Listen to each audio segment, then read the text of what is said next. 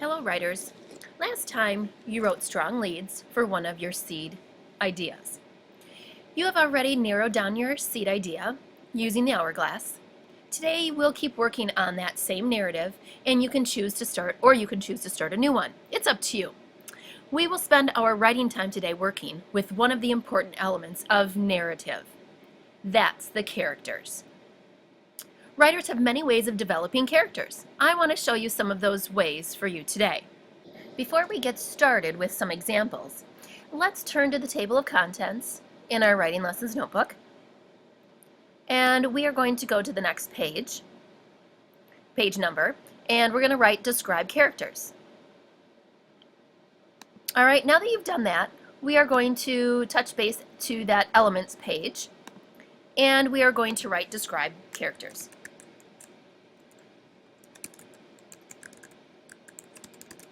All right, because that's an important element of writing a personal narrative.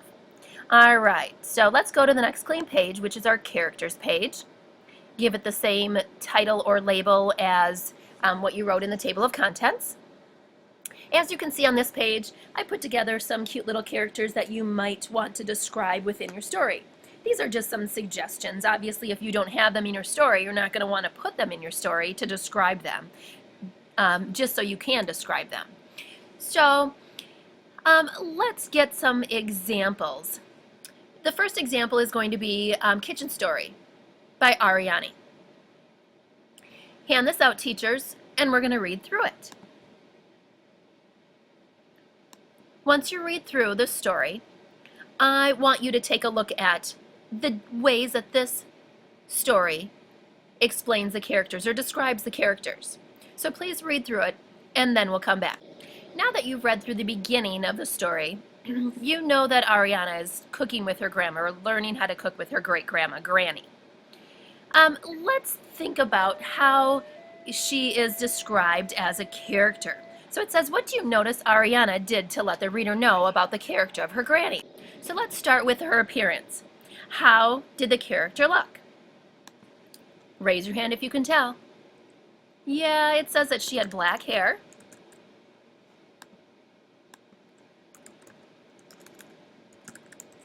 She had black and gray curly hair. So not just gray hair, but curly hair. And she also had a happy expression on her face. So that tells us a little bit about her appearance and how she looked. What were some of the actions that were described in our story or at the beginning of the story? Yeah, she grabbed her biggest pot.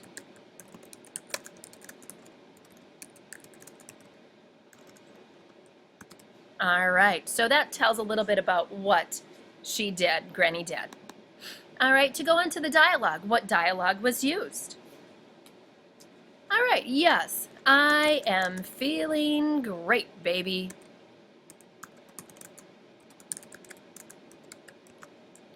Was there anything else that she said? You're right. As long as you don't give away my secret recipe.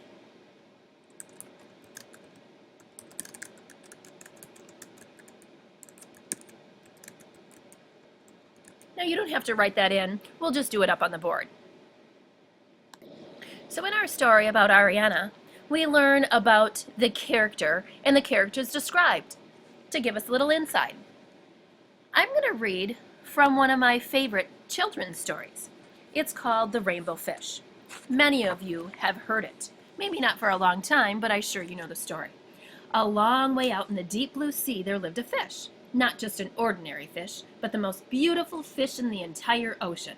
His scales were every shade of blue and green and purple, with sparkling silver scales among them.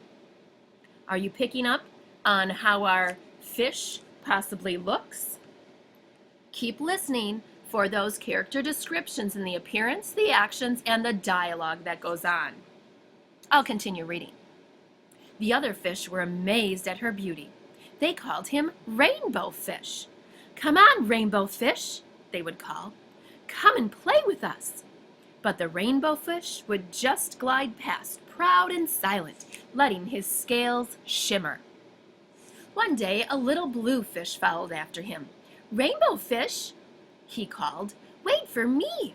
Please give me one of your shiny scales. They are so wonderful, and you have so many." "You want me to give you one of my special scales? Who do you think you are?" cried the rainbow fish.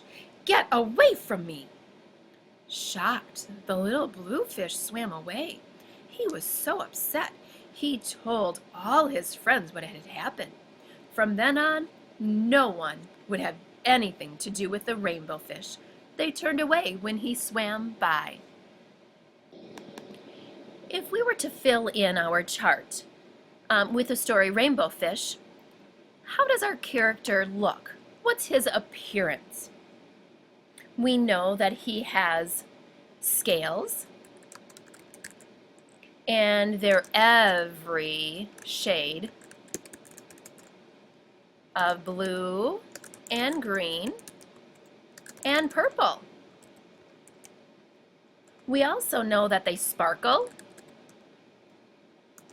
They're sparkling silver scales. We also know that he looks beautiful. That's being told to us. And he looks like a rainbow.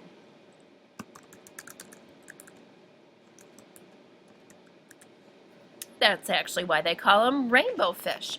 Now, what are some of his actions? It tells us a little bit about the fact that he glides past. He's proud and silent, doesn't say a whole lot, and he lets his scales shimmer as he goes on past his friends. Now, there's quite a bit of dialogue in this story, but a little bit of dialogue towards the beginning sticks out in my mind. It says, "How does the character sound?" Note use of quotation marks. If I look, again, there's a lot of dialogue. I see a lot of quotation marks. But I want to know a little bit about the character itself. So one thing that stands out to me is that he says, "You want me to give you one of my special scales?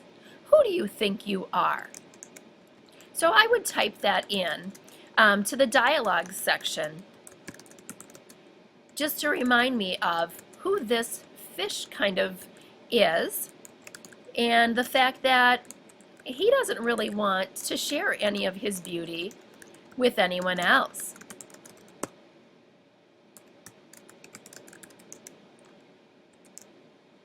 All right, so again, when we look at characters and describe our characters within our stories, we want to make sure that we describe the appearance, their actions, and there should be some dialogue going on as well. All right, writers, now that we hopefully have some of those elements that have to do with developing our character, we need to talk a little bit about what it takes to put in those quotation marks or that dialogue. Here are some of the rules that your teacher can give to you, and they should be glued into your English section of your notebook. So once they're handed out, we'll get them glued in later. I'll give you a chance to do that at the end. But these are some of the rules. You want to make sure that you capitalize a letter at the beginning of, just like you're writing a sentence, whatever's being said. If the quote comes before the person who spoke, place a comma after the quote before the closing marks.